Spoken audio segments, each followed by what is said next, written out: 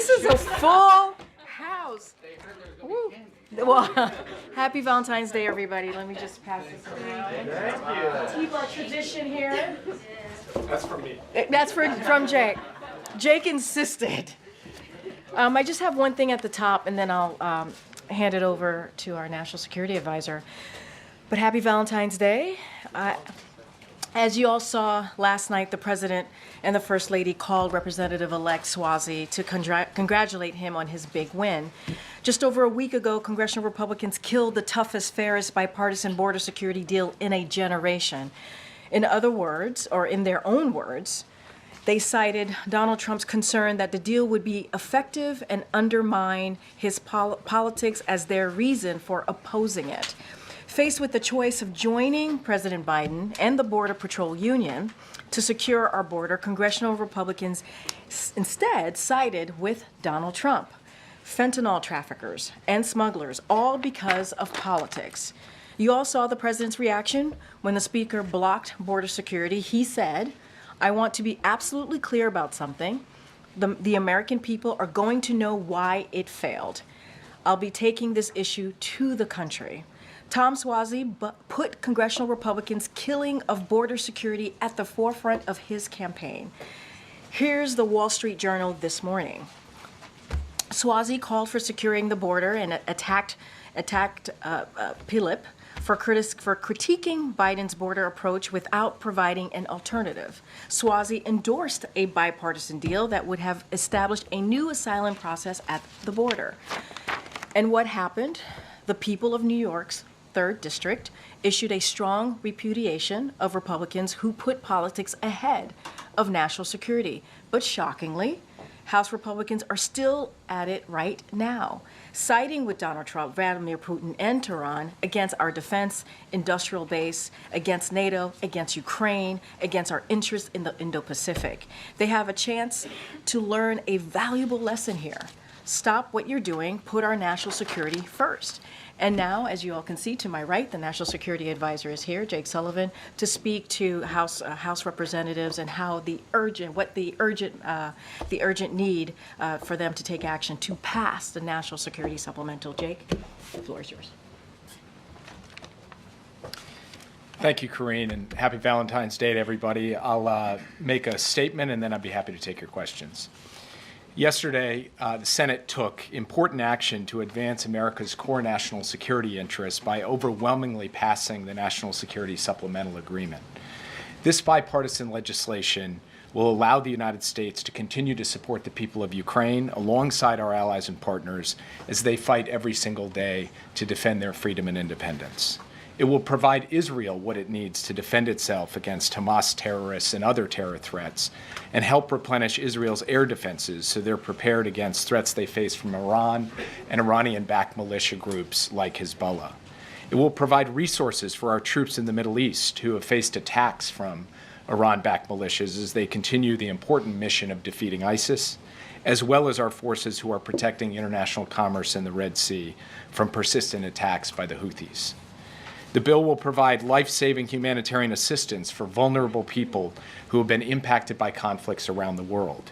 That includes millions of Ukrainians who have been displaced by Russia's brutal invasion.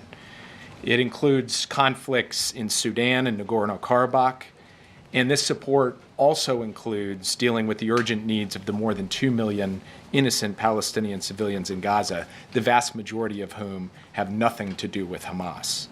We are engaged every day, directly and at the highest levels, in getting more aid into Gaza, and once in Gaza, getting it to the people who need it.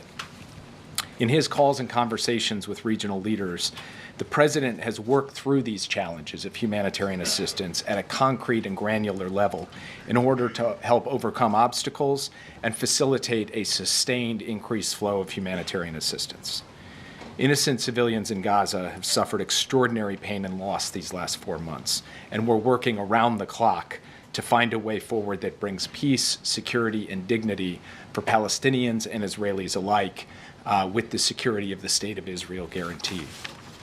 The National Security Supplemental Agreement also continues our important investments in the U.S. defense industrial base, supporting jobs across the country. We've already ramped up production lines in 40 states over the past 2 years, expanding factories and hiring American workers to make the weapons Ukrainians are using on the front line in their fight for freedom, thanks to previous funding that Congress has provided. The investments this bill puts forward will allow us to strengthen our own domestic manufacturing capacity, revitalize our submarine industrial base, and improve our military readiness. It also increases support to allies and partners in the Asia-Pacific and sends a powerful message that even as we're dealing with immediate crises and challenges in Europe and the Middle East, we're keeping our eye on the ball on the long-term strategic position of the United States of America in the critical Asia-Pacific region. You heard the President yesterday thank the broad bipartisan coalition of senators who came together to advance this agreement. And he urged Speaker Johnson to quickly bring this bill to the floor of the House of Representatives for a vote. Because we know if that vote comes to the floor of the House of Representatives, it will pass on an overwhelming bipartisan basis, just as it did in the Senate. As the President said, we cannot afford to wait any longer. Every day comes at a cost to the people of Ukraine and to the national security interests of the United States of America. The stakes are getting higher. The costs of inaction are also getting higher every day, especially in Ukraine. We've been increasingly getting reports of Ukrainian troops rationing or even running out of ammunition on the front lines as Russian forces continue to attack both on the ground and from the air, trying to wear down the Ukrainian air defenses that we've worked so extensively to build up over the past 2 years. So our allies are watching this closely. Our adversaries are watching this closely. There are those who say U.S. leadership and our alliances and partnerships with countries around the world don't matter or should be torn up or walked away from. We know from history that when we don't stand up to dictators, they keep going. And the consequences of that would be severe for U.S. national security, for our NATO allies, for others around the world. And so President Biden is determined to get this done on a bipartisan basis through the House of Representatives to get this aid out the door so that we are helping our friends and partners and we are helping ourselves. And with that, I'd be happy to take your questions. Yeah. Thanks, Jake. Shortly before you came out, Congressman Mike Turner issued a statement saying that President Biden should declassify intelligence related to a, quote, serious national security threat. What can you say about the threat and what the administration plans to do? So first, I reached out earlier this week to the Gang of Eight to offer myself up for a personal briefing to the Gang of Eight. And in fact, we scheduled a briefing for the 4 House members of the Gang of Eight tomorrow. That's been on the books. So I am a bit surprised that Congressman Turner came out publicly today in advance of a meeting on the books for me to go sit with him alongside our intelligence and defense professionals tomorrow.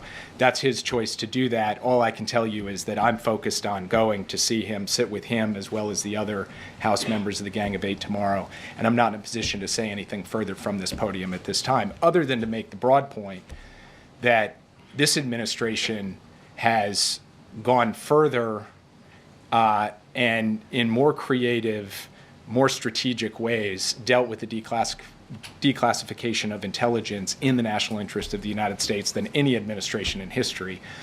So you definitely are not going to find an unwillingness to do that when it's in our national security interest to do so. At the same time, we of course have to continue to prioritize and focus very much on the issue of sources and methods. We'll do that.